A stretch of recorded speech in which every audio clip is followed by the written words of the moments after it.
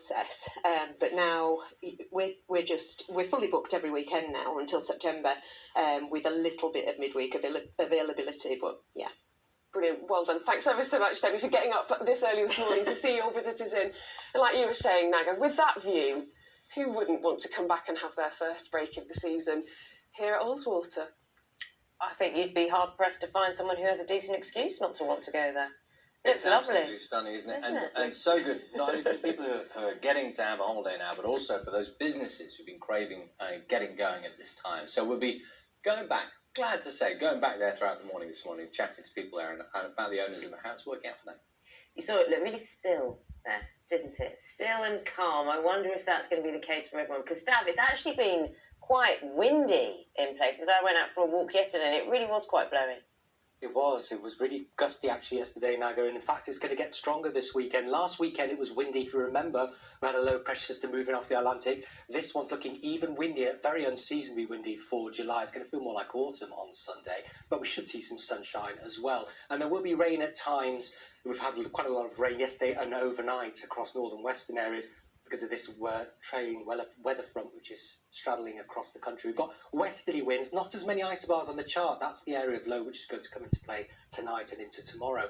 So today it's a breezy day, not really windy like it's going to be tomorrow. A lot of cloud across the country, thick enough for spots of rain. Western Scotland, northwest England, northern and western Wales. A bit of shelter east of high ground. You should see a little bit of brightness at times. That'll nudge temperatures up into the low 20s Celsius. But for many, it's the mid to high teens. But it's very humid, very moisture-laden air, and you really will notice that today. Now, as we head on into this evening tonight, batch of rain starts to push into Northern Ireland, Scotland, and as weather front sweeps across England and Wales, most of the rain there will be across the north, and the winds will start to pick up too. Again, it's going to be quite a warm and a muggy night, particularly in the south. Now, it's tomorrow where we've got most concerns. This area of low pressure deepening as it moves to the north of the UK. All the isobars on the chart indicate it's going to be very windy. This is a cold front. Behind it, there'll be a slightly cooler, fresher air. So it will be a bit cooler tomorrow than what we've had today. We lose that humidity. That early rain clears away. Then it's bright. Lots of sunshine around, but plenty of heavy showers. Some of these thundering Northern Ireland, Scotland, into northwest England, maybe northwestern Wales. And here the wind gusts, but it's very unusual for July. See 30, 40 miles an hour across the south, 50 to 60 for Scotland, Northern Ireland, Northern England. So these in their own right could lead to some disruption.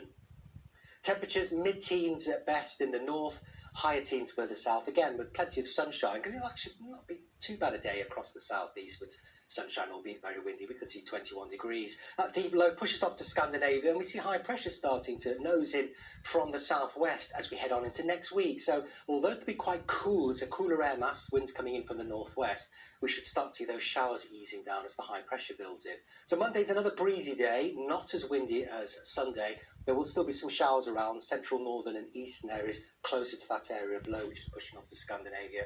Drier further southwest because of the high pressure building in here.